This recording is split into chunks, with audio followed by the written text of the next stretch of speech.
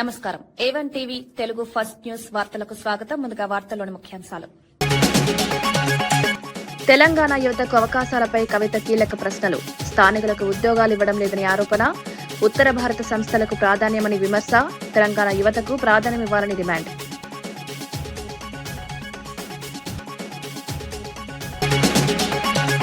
చంద్రబాబుపై మాజీ మంత్రి అంబటి రాంబాబు కౌంటర్. చట్టంపై అవగాహనతో మాట్లాడుతున్నారా అంటూ ప్రశ్న. అమరావతి బిల్లుపై స్పష్టత అవసరమని వ్యాఖ్య. ప్రభుత్వ నిర్ణయాల్లో పారదర్శకత ఉండాలని సూచన.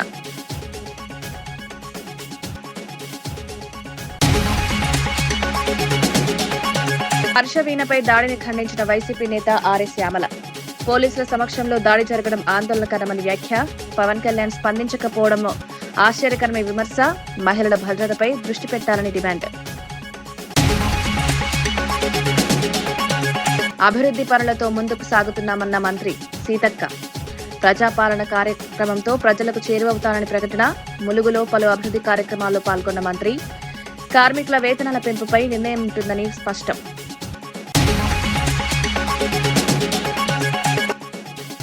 పొంగులేటిపై వ్యాఖ్యలపై కాంగ్రెస్ నేతల ఆగ్రహం. కేటీఆర్ హరీష్ దిష్టిబొమ్మలు దగ్ధం.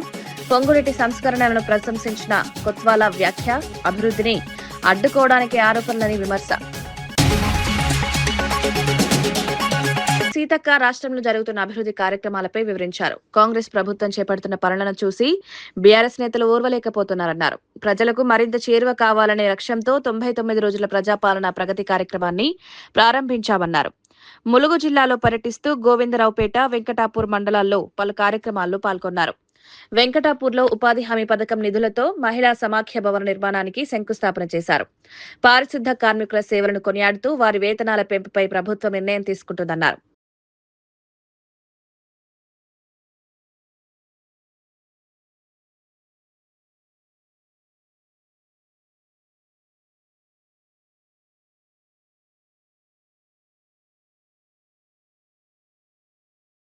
పాల్గొన్నారు. సభలు పెట్టుకోవడం, సమావేశాలు నిర్వహించుకోవడం అనేది ఆనవాయితీ. అది అవసరం. ప్రణాళిక రూపొందించుకోవాలి. మీరు రకరకాల మాటలు చెప్పి గ్రామ జ్యోతి అని, గ్రామ పాలన అని మోసం చేశారు. కానీ 99 రోజులు ఈ ప్రణాళికలో ఆయా గ్రామాల్లో ఉన్నటువంటి అనేక సమస్యల పరిష్కారానికి కృషి చేస్తూ ఉంటే మా సిబ్బంది, మా శానిటేషన్ వర్కర్స్, మా జీపీ వర్కర్స్ అందరు కష్టపడి పనిచేస్తా ఉంటే బీఆర్ఎస్ నాయకులు ఓర్వలేకపోతున్నారు. మేం చేయలేదు, వీళ్ళేం చేయొద్దు, మేము తిట్టాలి అనేది. ఇది దయచేసి ఈ యొక్క గ్రామాలలో సర్పంచులు ఆల్ పార్టీస్ ఉన్నారు, వార్డు మెంబర్లు ఆల్ పార్టీస్ ఉన్నారు. గ్రామాన్ని బాగు చేసుకోవాలనేటువంటి ఆలోచన రావాలి. కానీ గ్రామాలను వ్యతిరేకించడము, కార్యక్రమాలను వ్యతిరేకించడం ఇది సరైనది కాదు. అయినా కూడా జూన్ 2 వరకు 99 రోజుల ప్రజాపాలనలో ప్రగతి ప్రణాళిక అద్భుతంగా చేస్తాం. గ్రామాలను మంచిగా తీర్చిదిద్దుతాం, అభివృద్ధి కార్యక్రమాలు చేస్తాం. జాగృతి అధ్యక్షురాలు కల్వకుంట్ల కవిత తెలంగాణ యువతకు అవకాశాలపై ప్రశ్నలు లేవనెత్తారు. తెలంగాణలో స్థానికులు స్కూల్స్ స్థాపించేందుకు అనుమతులు ఇవ్వడం లేదన్నారు. ఉత్తర భారతానికి చెందిన సంస్థలకు మాత్రమే అనుమతులిస్తున్నారని ఆరోపించారు. ఆ సంస్థల్లో కూడా స్థానికులకు ఉద్యోగాలు ఇవ్వడం లేదని విమర్శించారు. తెలంగాణ యువతకు అవకాశాలు ఇవ్వాల్సిన అవసరం ఉందన్నారు. స్థానికులకు ప్రాధాన్యతనివ్వాలని డిమాండ్ చేశారు. టోటల్ ఫ్యాకల్టీ వాళ్ళు ఓన్లీ నార్త్ ఇండియన్స్కే జాబ్స్ ఇస్తున్నారు. రిసెప్షనిస్ట్ దగ్గర నుంచి బాత్రూమ్స్ క్లీన్ చేసే వరకు కూడా వాళ్ళు ఓన్లీ నార్త్ ఇండియన్స్కే అవకాశాలు ఇస్తున్నారు. మరి మన తెలంగాణ లెక్చరర్స్ ఎటు పోవాలి, తెలంగాణ టీచర్స్ ఎటు పోవాలి, తెలంగాణ వాళ్ళకు ఉద్యోగాలు కావాలన్నా వద్దా? ఈ విషయంలో ప్రభుత్వం ఏమైనా స్టాండ్ తీసుకుంటుందా, తీసుకోదా? ఒకవేళ అందులో ఉద్యోగాలు మన వాళ్ళకి ఇవ్వకపోతే వాళ్ళకి పర్మిషన్ ఇవ్వకండి. మీరు ఎందుకు ఇస్తున్నారు పర్మిషన్? ఈ ఇయర్ పర్మిషన్స్ ఒకసారి లిస్ట్ మేము త్వరలో బయట పెడతాం. టోటల్ నార్త్ ఇండియన్ స్కూల్స్కే పర్మిషన్ ఇచ్చారు. తెలంగాణ వాళ్ళు ఎవరైనా అప్లై చేస్తే ఇస్తలేరు. ఇవ్వచ్చు కదా, తెలంగాణ ఉద్యమకారులకు ఇవ్వండి, తెలంగాణ యువకులకు ఇవ్వండి. వాళ్ళు పెట్టుకుంటారు ఒకటో రెండో కాలేజీలు, వాళ్ళు బతికిపోతారు కదా. ఎందుకు నార్త్ ఇండియన్ లాబీని మీరు ఎంకరేజ్ చేస్తున్నారని చెప్పి నేను ప్రభుత్వాన్ని డిమాండ్ చేస్తూ. మాజీ మంత్రి అంబటి రాంబాబు సీఎం చంద్రబాబుపై తీవ్ర వ్యాఖ్యలు చేశారు. చట్టంపై అవగాహనతో మాట్లాడుతున్నారా లేక తెలియక మాట్లాడుతున్నారా అని ప్రశ్నించారు.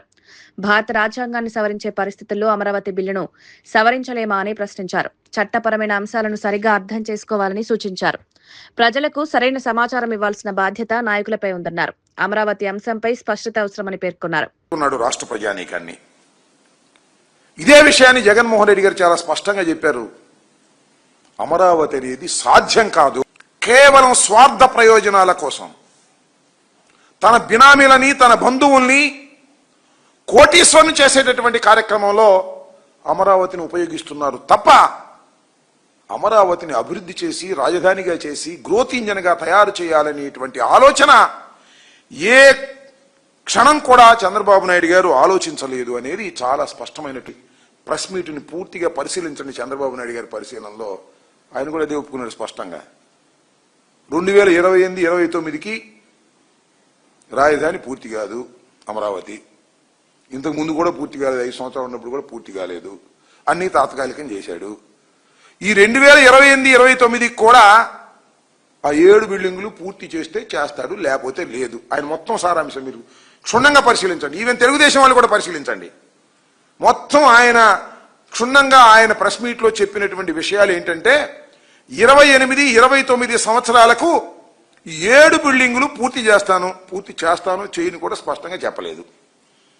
నవనగరాలు గాలిపోయాయి. కేవలం ఈ 7 బిల్డింగులు పూర్తి చేసి అది కూడా చేతులు దులుపుకోవాలనేటువంటి పద్ధతుల్లో నారా చంద్రబాబు నాయుడు గారు ఈ ప్రయత్నం చేస్తున్నటువంటి సందర్భంలో జగన్మోహన్ రెడ్డి గారు మావిగన్ అనేటువంటి ఒక మచిలీపట్నం, విజయవాడ, గుంటూరు కారిడార్ని ఒక గ్రోత్ ఇంజన్గా తయారవుతుంది అనేటువంటి విషయాన్ని ప్రజలకు చెప్పేటటువంటి ప్రయత్నం చేశారు. ప్రజలు దాన్ని యాక్సెప్ట్ చేసే దశకు వస్తున్నారు. ఎందుకంటే చంద్రబాబు నాయుడు గారు అమరావతిని ఇప్పుడప్పుడు పూర్తి చేయలేడు అనేటువంటి అంశం చాలా స్పష్టంగా అందరికీ అర్థమైపోయినటువంటి అంశం. ఎందుకయ్యా అది పూర్తి చేయలేడంటే 2 లక్షల కోట్లు కావాలి. ఆయన చెప్పినటువంటి పద్ధతిని చేయాలంటే 2 లక్షల కోట్లు కావాలి. ఎక్కడి నుంచి వస్తాయి 2 లక్షల కోట్లు? రాష్ట్ర ఆర్థిక పరిస్థితి ఎలా ఉంది? అసలు రాష్ట్రం చేయాల్సినటువంటి, ప్రభుత్వం చేయాల్సినటువంటి పనులకి అసలు డబ్బు లేనటువంటి పరిస్థితుల్లో ఉంటే 2 లక్షల కోట్లు పెట్టి అమరావతిని నిర్మిస్తాను అనేటువంటి మాట కేవలం బూటకమైన మాటగానే ఉంది తప్ప చంద్రబాబు నాయుడు గారు అది పూర్తి చేసే పరిస్థితుల్లో లేరు అనేది చాలా స్పష్టంగా అర్థమవుతున్నది. చంద్రబాబు నాయుడు గారు ఈ 7 బిల్డింగులు పూర్తి చేస్తాన్నాడు తప్ప తన కాలంలో మొత్తం రాజధానిని పూర్తి చేస్తానని మాత్రం చెప్పేటటువంటి ధైర్యం కానీ సాహసం కానీ ఆయనే చెప్పే పరిస్థితుల్లో లేడు. అంటే ఏం చేస్తాడు ఆయన? అప్పులు తీసుకొస్తాడు, కాంట్రాక్టులు ఇస్తాడు, కమిషన్లు తీసుకుంటాడు, కోట్లు సంపాదిస్తాడు. ఇంతేగా, రాజధాని నిర్మాణం లేదుగా, ఇంకా అవదుగా. ఇంకా కేవలం తాత్కాలికంగా అప్పుడైతే 5 సంవత్సరాలు ఏం చేశాడో ఇవాళ కూడా 7 బిల్డింగులు కట్టేసి చేతులు దులుపుకునేటటువంటి పరిస్థితుల్లో ఉన్నాడు. ఎందుకంటే ఆయనే కాదు, భగవంతుడు దిగి వచ్చినా కూడా ఇది చేయలేరు. ఎందుకంటే అంత పెద్ద ప్లాన్ వేశాడు చంద్రబాబు నాయుడు గారు. 1,00,000 కోట్ల రూపాయలు, 2 లక్షల కోట్ల రూపాయలు ఖర్చు పెడితే ఏమైందయ్యా? 2 లక్షల కోట్ల రూపాయలు ఖర్చు పెడితే ట్రంక్ ఇన్ఫ్రాస్ట్రక్చర్ వస్తుంది. నీళ్లు, కరెంటు, డ్రైనేజీ, రోడ్లు, ఇవి మాత్రమే ఏర్పడతాయి తప్ప 2 లక్షల కోట్లకి నగరం ఏర్పడదు. నగరం నిదానంగా ఏర్పడేటువంటి అవకాశం ఉంది. నిదానంగా అంటే ఎప్పుడు దాకా నిదానంగా అంటే ఇక ఆయన ఉండడు, నేను ఉండడు, మీరు ఉండరు, అప్పుడు ఏర్పడి. హర్షవీణపై జరిగిన దాడిని వైసీపీ నాయకులు ఆర్ఎస్ శ్యామల తీవ్రంగా ఖండించారు. పోలీసుల సమక్షంలోనే నడిరోడ్డుపై ఈ ఘటన జరగడం ఆందోళనకరమన్నారు. ప్రజల భద్రతను కాపాడాల్సిన బాధ్యత ఉన్న సమయంలో ఇలాంటి ఘటనలు చోటు చేసుకోవడం దురదృష్టకరమని పేర్కొన్నారు. హర్షవీణకు మద్దతుగా డిప్యూటీ సీఎం పవన్ కళ్యాణ్ స్పందించకపోవడం ఆశ్చర్యకరంగా ఉందన్నారు. కనీసం ఒక ప్రకటన కూడా చేయకపోవడం బాధాకరమన్నారు. బాధితులకు న్యాయం జరిగేలా చర్యలు తీసుకోవాలని డిమాండ్ చేశారు. నడి రోడ్డు మీద ఆ పార్టీ రాష్ట్ర కార్యదర్శి ఆమెని లాఠీతో కొడుతున్నారు, ఆమెపై దాడులు చేస్తున్నారు, ఆమె పక్కన ఉండే వాళ్ళపై దాడులు చేస్తున్నారు. ఇదంతా పోలీసుల సమక్షంలోనే జరుగుతోంది. వింత ఏంటంటే, ఆశ్చర్యం ఏంటంటే ఇదంతా పోలీసుల సమక్షంలోనే జరుగుతోంది. ఈ రోజున పోలీసులు మహిళలకి రక్షణ కల్పించలేకపోవడం అటుంచితే కనీసం వాళ్ళ చేతిలో ఉండే లాఠీని కూడా కాపాడుకోలేకపోతున్నారు. వాళ్ళ చేతిలో ఉండే లాఠీని కూడా కాపాడుకోలేకపోతున్నారు. ఎందుకంటే కానిస్టేబుల్ చేతిలో ఉండే లాఠీని తీసుకుని ఆ లాఠీతోనే ఆ అమ్మాయిని కొట్టడం జరిగింది నడి రోడ్డు మీద. ఇప్పటిదాకా పవన్ కళ్యాణ్ గారు ఒక్క మెసేజ్, ఒక్క పోస్ట్ కూడా పెట్టలేదు. అమ్మ నీకు ఇలా అన్యాయం జరిగిందా, నా దృష్టికి వచ్చింది, నేను నిలబడతాను నీ కోసం అని చెప్పి ఒక్క పోస్ట్ కూడా పెట్టలేదు ఈ రోజు. ఇప్పటిదాకా ఈ క్షణం వరకు, ఈ ప్రెస్ మీట్ అవుతున్న సమయంలో కూడా నేను ఇప్పుడే చెక్ చేశాను ఆయన స్పేస్, అది కూడా ఒక్క పోస్ట్ పెట్టలేదు. అనిత గారు ఒక్క పోస్ట్ పెట్టలేదు. మాజీ మంత్రి జీవన్ రెడ్డి సంచలన వ్యాఖ్యలు చేశారు. 2 సంవత్సరాల్లో ప్రస్తుత ప్రభుత్వం మారాల్సిన పరిస్థితి ఉందన్నారు. గతంలో మార్పు కోసం కేసీఆర్ ఓడిపోవాలని కోరుకున్నారని గుర్తు చేశారు. ఇప్పుడు కూడా అదే పరిస్థితి నెలకొని ఉందని వ్యాఖ్యానించారు. తన రాజకీయ భవిష్యత్తుపై త్వరలో నిర్ణయం ప్రకటిస్తానన్నారు. అభిమానులు, మిత్రులతో చర్చించి నిర్ణయం తీసుకుంటారన్నారు. మార్పు రావాలి, కేసీఆర్ పోవాలనే నినాదంతోనే ముందుకు పోయిన ఇవాళ పరిస్థితి చూస్తుంటే మార్పు రావాలి, రేవంత్ రెడ్డి పోవాలనే నినాదం వస్తుందని చెప్పంటారు. పరిస్థితి ఆనాటికి మార్పు చూడండి అంటారు మీరు. ఆనాడు మార్పు రావాలి, కేసీఆర్ పోవాలనే నినాదంతో ముందుకు పోతే ఇవాళ ఏమొస్తుంది నినాదం? మార్పు రావాలి, రేవంత్ రెడ్డి పోవాలనే కాడికి వచ్చింది. కేవలం 2 సంవత్సరాల కాలం మన ఎన్నికలు చేసినటువంటి వాగ్దానాలు నెరవేర్చులో ఏదైతుందో, మన ప్రజల ఆకాంక్షల మేరకు ఏదైతుందో నెరవేర్చలేకపోతున్నాం. కాబట్టి ఇంకా this is one of the example అని చెప్పంటున్నాను. రేవంత్ రెడ్డి గారి నిర్లక్ష్య పాలనకు ఇది ఒక అద్దం పడుతుందని చెప్పంటున్నాను. రేవంత్ రెడ్డి గారి నిర్లక్ష్య పాలనకు సంక్షేమ కార్యక్రమాల అమలు ఒక అంశం,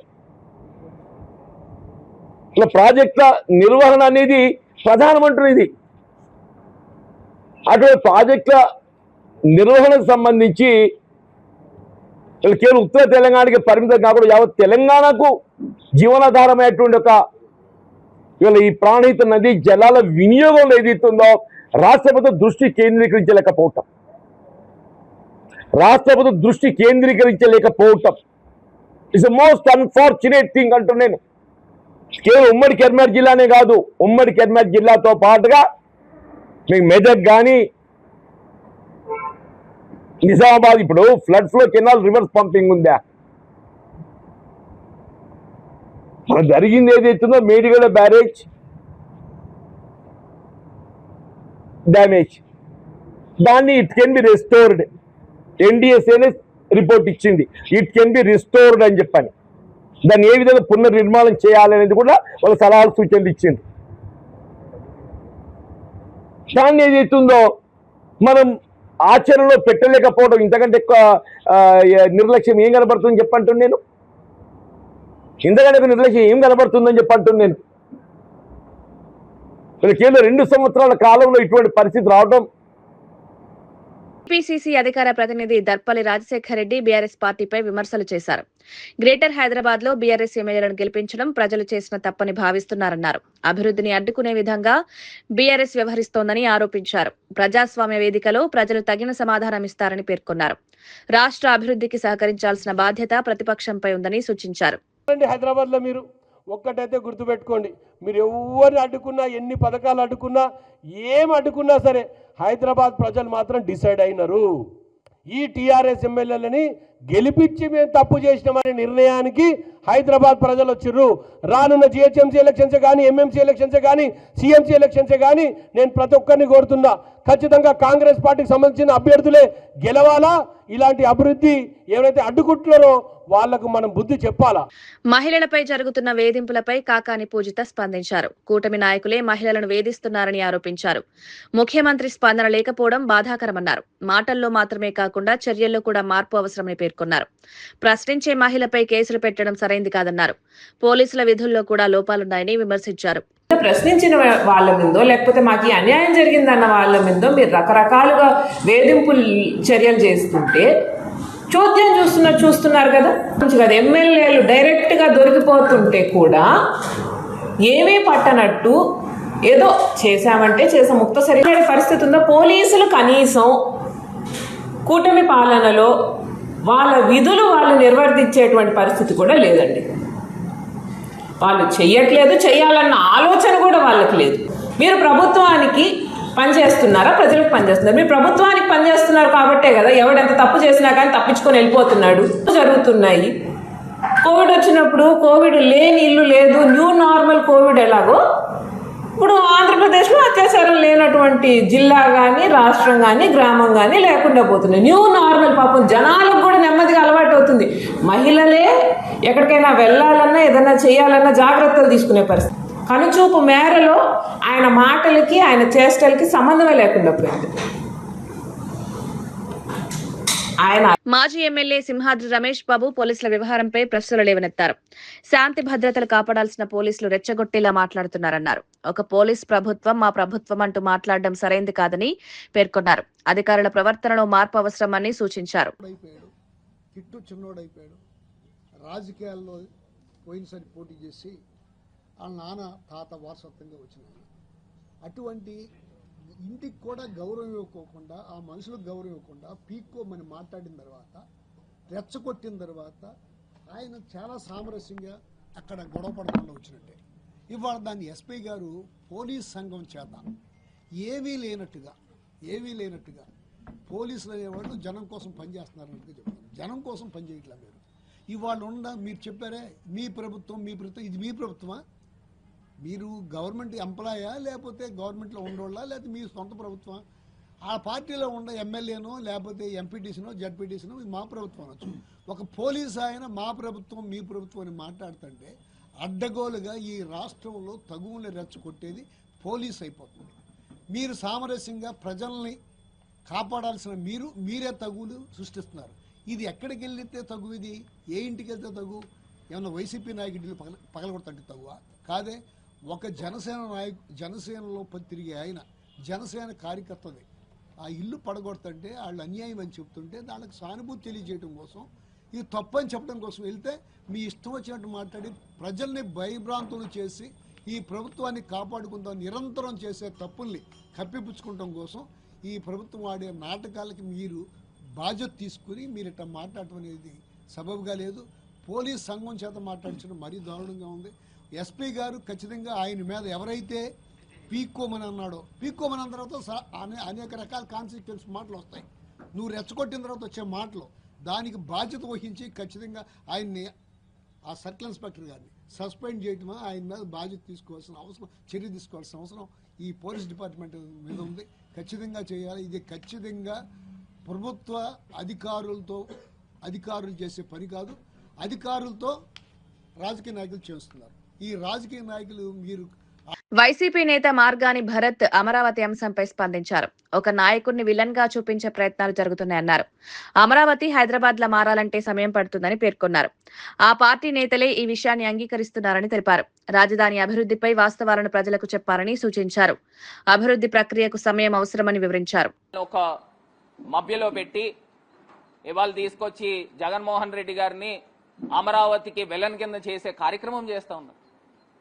ఆయన భవిష్యత్తు ఆలోచిస్తున్నారు. నువ్వు 2 లక్షల కోట్ల రూపాయలు నువ్వు పెట్టుబడి పెడతానంటున్నావు, ఎక్కడి నుంచి తీసుకొస్తావు నాయన అని భవిష్యత్తు ఆలోచిస్తున్నారు. ఆ 2 లక్షల కోట్లు నువ్వు తెస్తే సరికాదు, ఆ 2 లక్షల కోట్లకి వడ్డీ ఎంత అవుతుంది, దానికి ఈఎంఐలు ఎంత కట్టాలి, ఆ డబ్బులు ఎక్కడి నుంచి తీసుకొస్తారు, ఇవన్నీ చెప్పాల్సిన బాధ్యత ఒక ప్రతిపక్ష నాయకుడిగా జగన్మోహన్ రెడ్డి గారికి లేదా అని అడుగుతాను. ఆయన ఒక కన్సల్టెన్సీ కంపెనీకి ఇచ్చి 100 కోట్ల రూపాయలు దానికి ఖర్చు చేసి మాస్టర్ ప్లాన్ తీసుకున్న సందర్భం. మరి ఇవాళ నేను అడుగుతున్నా, ఇదే మీ సామాజిక వర్గము మీకు మద్దతు ఇచ్చిన వ్యక్తులు ఏబి వెంకటేశ్వరరావు గాని, వడ్డీ శోభనాద్రీశ్వర స్వామి గాని, శోభనాద్రీశ్వర్ గాని, లేకపోతే ఆ కల్లూరి రమేష్ గాని, మీరు ఉత్తమ జర్నలిస్ట్ అవార్డు కూడా ఇచ్చారు ఆయనకి. వాళ్లే చెప్తా ఉన్నారు ఇక్కడ అంతా జరిగేది అన్యాయం అని. ఈయన ఒక ప్రాంతంలో తీసుకొచ్చి సెంట్రలైజ్డ్ చేసి ఇన్ని లక్షల కోట్ల రూపాయలు ఎక్కడ కేంద్ర ప్రభుత్వం గ్రాంట్లు ఇవ్వకపోగా ఈయన తీసుకొచ్చి సెంట్రలైజ్ చేసి అక్కడ పెట్టుబడి పెడతా ఉన్నాడు. ఆంధ్రప్రదేశ్ రాష్ట్రంలో 6-7 కోట్ల మంది ప్రజలు ఉన్నారు. ఇప్పటికే 3,34,000 కోట్ల రూపాయలు అప్పు చేశారు. కేంద్ర ప్రభుత్వం పెంబసాని మాట్లాడిన మాటలు ఒకసారి చూడండి. ఆయన ఏం మాట్లాడాడు? 50 సంవత్సరాలు పడుతుందట అమరావతి కట్టడానికి. మంత్రి పొంగులేటి శ్రీనివాసరెడ్డిపై చేసిన వ్యాఖ్యలను ఖండిస్తూ కాంగ్రెస్ నేతలు ఆగ్రహం వ్యక్తం చేశారు. పాల్వంచలో కేటీఆర్, హరీష్ రావు దిష్టి బొమ్మలను దగ్ధం చేశారు. కొత్వాల శ్రీనివాసరావు మాట్లాడుతూ పొంగులేటి ప్రజాదరణ ఉన్న నాయకుడని పేర్కొన్నారు. రెవెన్యూ శాఖలో ఆయన చేపడుతున్న సంస్కరణలు ప్రశంసనీయమన్నారు. భూ సంబంధిత సమస్యల పరిష్కారంలో చొరవ చూపుతున్నారని తెలిపారు. అభివృద్ధిని అడ్డుకోవడానికే ప్రతిపక్షాలు ఆరోపణలు చేస్తున్నాయని విమర్శించారు. అనుచిత వ్యాఖ్యలు చేసినందుకు నిరసనగా ఈరోజు పట్టణ కాంగ్రెస్ ఆధ్వర్యంలో పాల్వంచ అంబేద్కర్ సెంటర్లో వారిద్దరి దిష్టిబొమ్మ దహనం కార్యక్రమం చేపట్టడం జరుగుతూ ఉంది. ఇందులో ప్రజల్లో ఈ కార్యక్రమానికి వచ్చిన కాంగ్రెస్ కార్యకర్తలందరూ కూడా ముక్త కంఠంతో సీనన్నపై వ్యాఖ్యల్ని ఖండిస్తున్నారు. ఇటీవల రెచ్చిపోయి ప్రజల్లో తన పబ్బం ఏదో గడుపుకోవాలనే ఉద్దేశంతోనే కేటీఆర్ హరీష్ రావులు వారి పాత తప్పులన్నీ వెనకేసుకుని వస్తూ ప్రజాదరణ నిత్యం ప్రజల్లో ఉండే వ్యక్తి మంత్రిగా రాష్ట్రంలోనే ఒక ప్రత్యేకమైన గుర్తింపు తెచ్చుకొని పేదవారికి పక్కా గృహాలు కట్టించి ఇస్తున్న పొంగులేని శ్రీనివాసరెడ్డి గారిపై ఆయన చేసే వ్యాఖ్యల్ని యావత్ రాష్ట్రం కూడా ఖండిస్తూ ఉంది. దీనికి నిరసనగా కాంగ్రెస్ పార్టీ ఆధ్వర్యంలో గత 3-4 రోజులుగా అన్ని చోట్ల కూడా నిరసన కార్యక్రమాలు చేపట్టడం జరుగుతూ ఉంది. దీన్ని కాంగ్రెస్ కార్యకర్తలు అందరూ కూడా ఆలోచించాలి. గతంలో కాళేశ్వరం ప్రాజెక్టు నిర్మాణం చేసి లక్షలాది కోట్లు ఆర్జించిన వీరు టీఆర్ఎస్ నాయకులు అప్పటి ముఖ్యమంత్రి కేసీఆర్ వీరిని అవన్నీ కప్పిపుచ్చుకుంటూ ఇప్పుడు ఒక మంత్రిని ఈ విధంగా టార్గెట్ చేసి పొంగులేటి శ్రీనన్న గారిని ఈ విధంగా నిత్యం కూడా వారికి ఏ పని పాట లేనట్లు కూడా ఆయన మీద వ్యాఖ్యలు చేయడాన్ని మేమంతా నిరసిస్తున్నాం. ఖబర్దార్ కేటీఆర్, కేసీఆర్ అలాగే హరీష్ రావు గారు మీరందరూ కూడా ప్రజలకు సమాధానం చెప్పే రోజు ఖచ్చితంగా వస్తుంది. ఇప్పటికైనా మీరు సీనన్న గారి మీద వ్యాఖ్యల్ని మీరు ఆపుకోకపోతే కాంగ్రెస్ పార్టీ ఆధ్వర్యంలో మిమ్మల్ని ఇబ్బంది పెట్టే కార్యక్రమాలు చేపడతామని వారిని హెచ్చరిస్తూ సెలవు తీసుకున్నా. జై హింద్. హైదరాబాద్ లోని బంజారా హిల్స్, జూబ్లీ హిల్స్ ప్రాంతాల్లో ట్రాఫిక్ మళ్లింపులు అమలు చేస్తున్నారు. స్టీల్ బ్రిడ్జ్, అండర్ పాస్ నిర్మాణ పనుల కారణంగా ఈ మార్పులు చేపట్టినట్లు పోలీసులు తెలిపారు. ప్రత్యామ్నాయ మార్గాల వివరాలను జాయింట్ కమిషనర్ జోయల్ డేవిస్ వెల్లడించారు. ట్రాఫిక్ రద్దీ నివారణ కోసం ప్రత్యేక చర్యలు తీసుకుంటున్నారు. ప్రయాణికులు ముందుగానే తమ ప్రయాణాలను ప్రణాళిక చేసుకోవాలని సూచించారు. ఈ కేటీఆర్ చుట్టూ వన్ వే చేస్తూ పైలట్గా దాన్ని గ్రౌండ్లో ఇంప్లిమెంట్ చేసి చూడాలి, ఏమేమి ప్రాబ్లమ్స్ వస్తున్నాయి అన్నది చూడాలని ఈ కమింగ్ సండే మార్నింగ్ 11 o'clock నుంచి ఒక 1 o'clock వరకు 2 hours ఈ కేబీఆర్ చుట్టూ ట్రాఫిక్ని వన్ వే చేస్తూ పైలట్ స్టడీ చేయబోతున్నాము. దీనిలో ఫర్ ఎగ్జాంపుల్ రోడ్ నెంబర్ 2లో ఎవరైనా వస్తున్నారంటే అండ్ 2 నుంచి వచ్చి వాళ్ళు చెక్ పోస్ట్కి వెళ్ళేవాళ్ళు, లేకపోతే రోడ్ నెంబర్ 45కి వెళ్ళేవాళ్ళు కేబీఆర్ ఎన్టీఆర్ భవన్ నుంచి రైట్ ఉండదు, వాళ్ళు లెఫ్ట్ తీసుకొని towards Basavatarakam, Agrasen statue, BVB అక్కడ 45 అలా వెళ్ళిపోవాలి. అలాగే ఒకవేళ వాళ్ళు రోడ్ నెంబర్ 45లో వస్తున్నారు, వాళ్ళకి ఇక్కడ అగ్రసేన్ స్టాచ్యూ దగ్గరికి వెళ్ళాలంటే అక్కడ రైట్ ఉండదు, అక్కడ నుంచి లెఫ్ట్ తీసుకోవాలి. లెఫ్ట్ తీసుకొని check post, right KBR park, Basavatarakam, then Agrasen అలా వెళ్ళాల్సి వస్తుంది. సో ఎన్టీఆర్ కేబీఆర్ పార్క్ చుట్టూ మనం వన్ వే నడపాలని ప్లాన్ చేస్తున్నాం.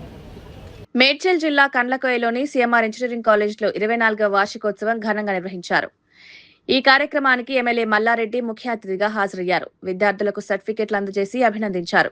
సాంస్కృతిక కార్యక్రమాలు, డాన్స్ ప్రదర్శనలు ఆకట్టుకున్నాయి. వివిధ పోటీల్లో విజేతలకు బహుమతులు అందించారు. విద్యార్థులు తమ ప్రతిభను కనబర్చారు.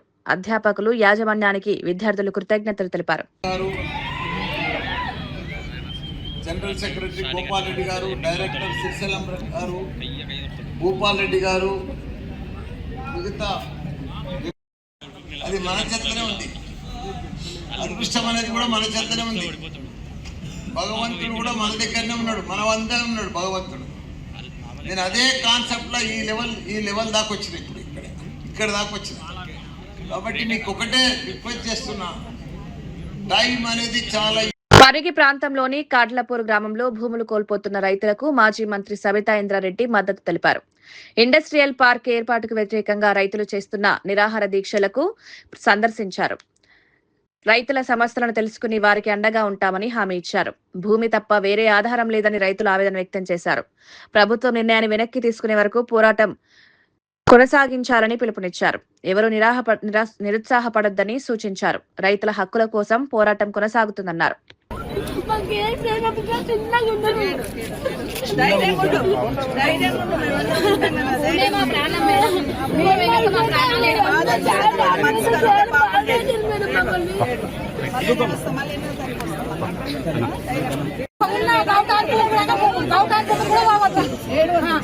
పట్టపం తీసుకొని కవుతాను అప్పుడు ఇస్తామన్నారు మళ్ళీ 8వ తారీఖున వస్తాము. మళ్ళీ 8వ తారీఖున అరిష్టంగా తీసుకొని వస్తాము. ధైర్యంగా ఉండండి.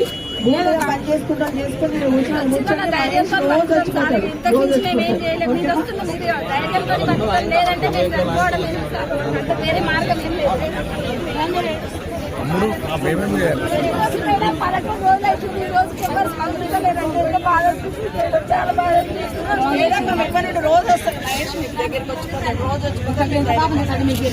వార్తలు ముగించే ముందు ముఖ్యాంశాలు మరోసారి. తెలంగాణ యువతకు అవకాశాలపై కవిత కీలక ప్రశ్నలు. స్థానికులకు ఉద్యోగాలు ఇవ్వడం లేదని ఆరోపణ. ఉత్తర భారత సంస్థలకు ప్రాధాన్యమని విమర్శ. తెలంగాణ యువతకు ప్రాధాన్యమివ్వాలని డిమాండ్.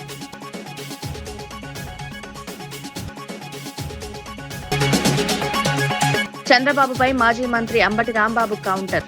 చట్టంపై అవగాహనతో మాట్లాడుతున్నారా అంటూ ప్రశ్న. అమరావతి బిల్లుపై స్పష్టత అవసరమని వ్యాఖ్య. ప్రభుత్వ నిర్ణయాల్లో పారదర్శకత ఉండాలని సూచన.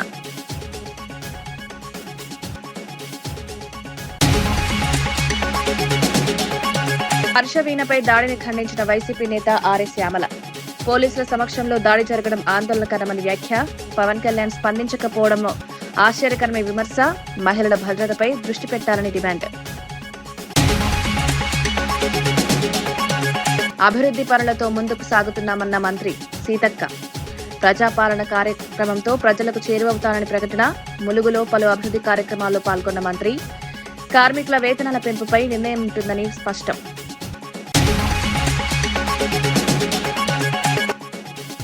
పొంగులేటిపై వ్యాఖ్యలపై కాంగ్రెస్ నేతల ఆగ్రహం. కేటీఆర్ హరీష్ దిష్టిబొమ్మలు దగ్ధం. పొంగులేటి సంస్కరణలను ప్రశంసించిన కొత్వాల వ్యాఖ్య. అభివృద్ధిని అడ్డుకోవడానికి ఆరోపణలని విమర్శ. ఈనాటి వార్తా విశేషాలు. మరో బులెటిన్లో మళ్ళీ కలుద్దాం. నమస్కారం.